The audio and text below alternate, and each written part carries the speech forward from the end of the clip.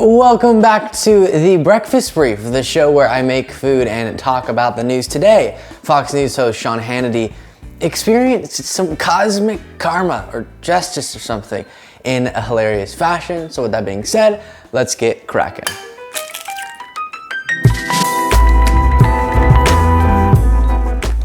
Good morning, everybody. I hope you're doing absolutely fantastic. Let's just dive right into it. Sean Hannity spends so much time on his show attacking President Joe Biden, obviously. And specifically, what we see is him trying to further the narrative that Joe Biden is not cognitively fit to be president. And this has been a story we've been following very closely, the way that right-wing media has been using, especially recently, these deceptively, dishonestly cut moments that if you got either them in their full context or you saw what was off frame, if it weren't cropped strangely, it actually wouldn't be a story at all.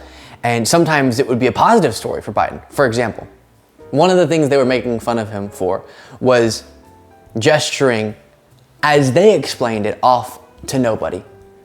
But whenever you get the uncropped version, you see that he's actually talking with people, kind of a positive interaction that some could describe as a fond interaction. Okay, so Sean Hannity had just wrapped up doing a monologue where he was attacking Biden over this, trying to say he's not cognitively fit. And of course, it should be noted that this happens within the context of them refusing to talk about Trump's glitch after glitch after glitch, and medical professionals and mental health professionals, etc., as we covered in a past breakfast brief, saying Trump's the brain that we're concerned with. And so monologue, Hannity goes through this, right? Right after he's hit with back-to-back glitches of his own, which is always funny to see. So we'll watch those, the karma that takes place, and then we'll go through some flashbacks. I do want to give credit to Midas Touch. You can throw up that headline. They did a piece that outlined this, so we're following that outline of what happened in last night's show, and then, or 2 nights ago, and then the flashbacks of Hannity struggling. Maybe he should be a little bit more humble. Let's go ahead and play this first moment. With reaction, the host, I sound like Biden, the host of Kudlow on the Fox Business Network. Our good friend Larry Kudlow's back with us.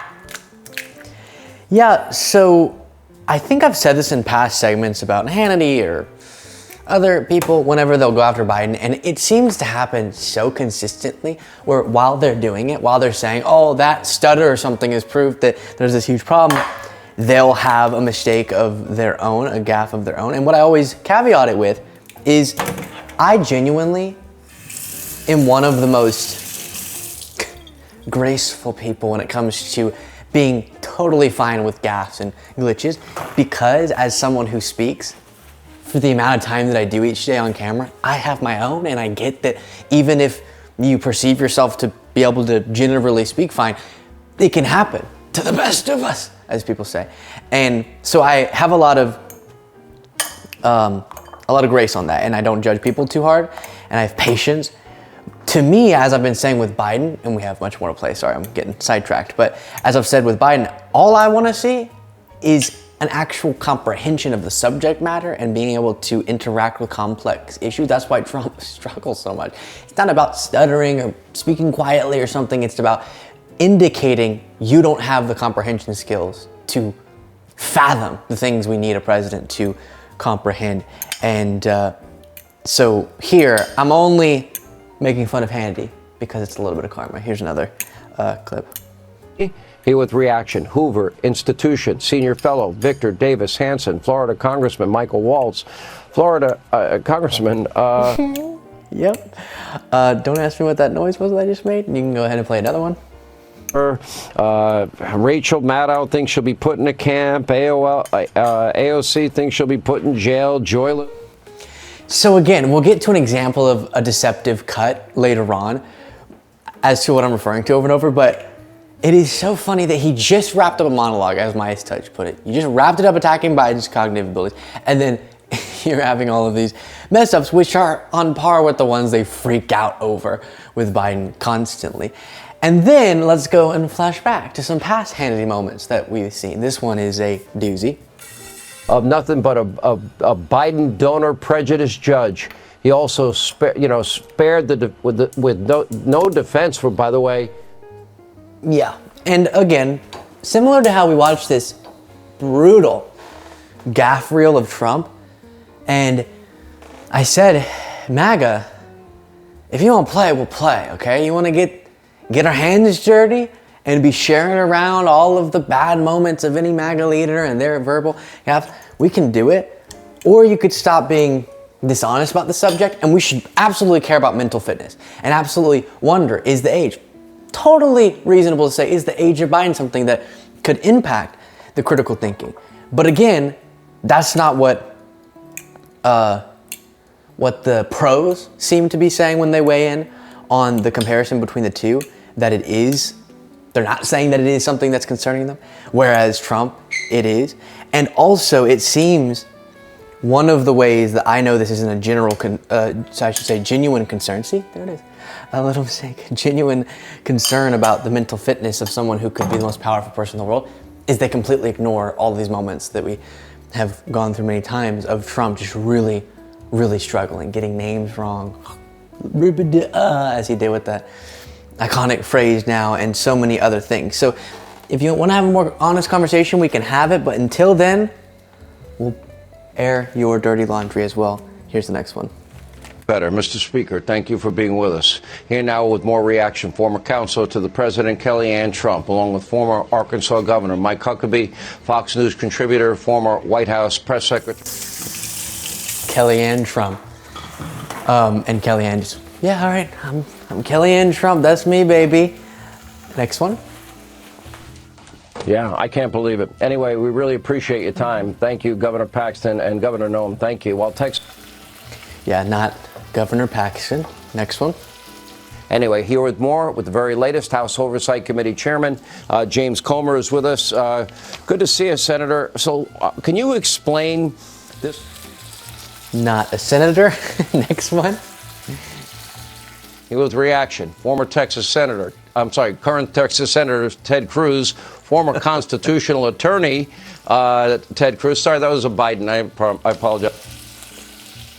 That was a Biden. We're going to say that was a Hannity, okay? Earlier when I messed up with the word genuinely, that was a Hannity, Sean. Next one. Is this your district that is open now where you live in Wasilla? It's the entire state of Alaska and Danya. So I guess that wasn't really a gaffe. That was more him not knowing that Alaska is just one congressional district. You can go to the next one. Hydroxychloroquine. No, wrong drug, whatever you were talking about, Chucky.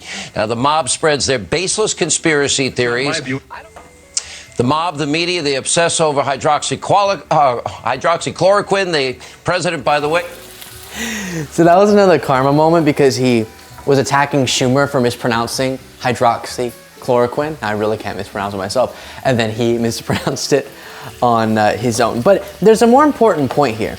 If you go over, as we have to do far too often because of the nature of what we do on this show, responding to a lot of right-wing content, it is wall-to-wall coverage of these clips in right-wing media of Biden. And trying to almost wish into existence him not being fit enough to be president, right? Just if we talk about it enough, maybe it'll be true, and then Americans will vote accordingly. And as I've said before, to me, it just doesn't end up, when we go through on the show, standing up to scrutiny. And so that's important. But why do they do that? Why do they focus so much on that? Well, it's because on the facts, they don't actually have much. I'll try not to go through the whole list again, but you have this impressive legislative record of Biden, and then you have an economic recovery that has been stunning and been very strong compared to our counterpart. You have crime currently plummeting, and a bunch of proposals that by themselves, if you remove Biden from the question, and it's just, do you like this policy, like the Medicare negotiating drug prices, or something in a second term that could happen, paid family leave. Do you like this policy? The answer is yes for the vast majority of Americans. And then you compare that to Trump and his policy vision that is mainly incoherent. But honestly, if we look at his record, his one legislative success previously being pushing even more wealth in the direction of the already wealthy, a massive tax cut bill for the wealthy. That's the one thing he actually could get done legislatively, it seemed.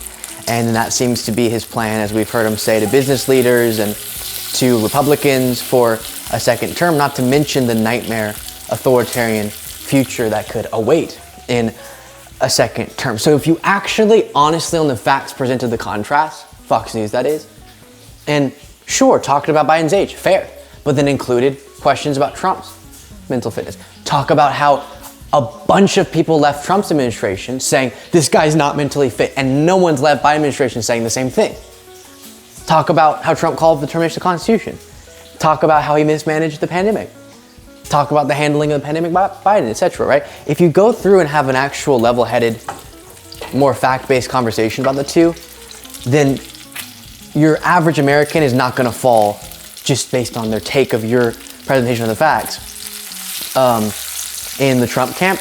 And so the only hope they have of seeing Trump elected is by obsessing over one moment after another and being dishonest with it and trying to convince people that crime is spiking. At the rally we recently went to, a bunch of people were saying that crime is surging when it's plummeting, and hyper-fixating on provocative anecdotes, etc., right? Instead of just, let me give you the best portrayal of reality and let you make the decision. Fox has made the decision for the viewers, and they're trying to narrativize their presentation of the facts, and that often means distorting them as much as possible to align with that decision. This next clip is an example of the dishonesty of a lot of these moments that get people convinced that Biden is not fit. Take a look. There he is. Where's he going? Look at if you look at anyway, look at the right part of the thing. There are three guys standing to the right when they fan the thing out there. Right, so he's the only one wandering. Look at that guy right there. Look at the guy. Okay. I'm not gonna. It was a pretty misleading video because what you're seeing here on the left is the New York Post edit, that version. That's all people could see. It zoomed in. It was claiming that Biden appears to be wandering off.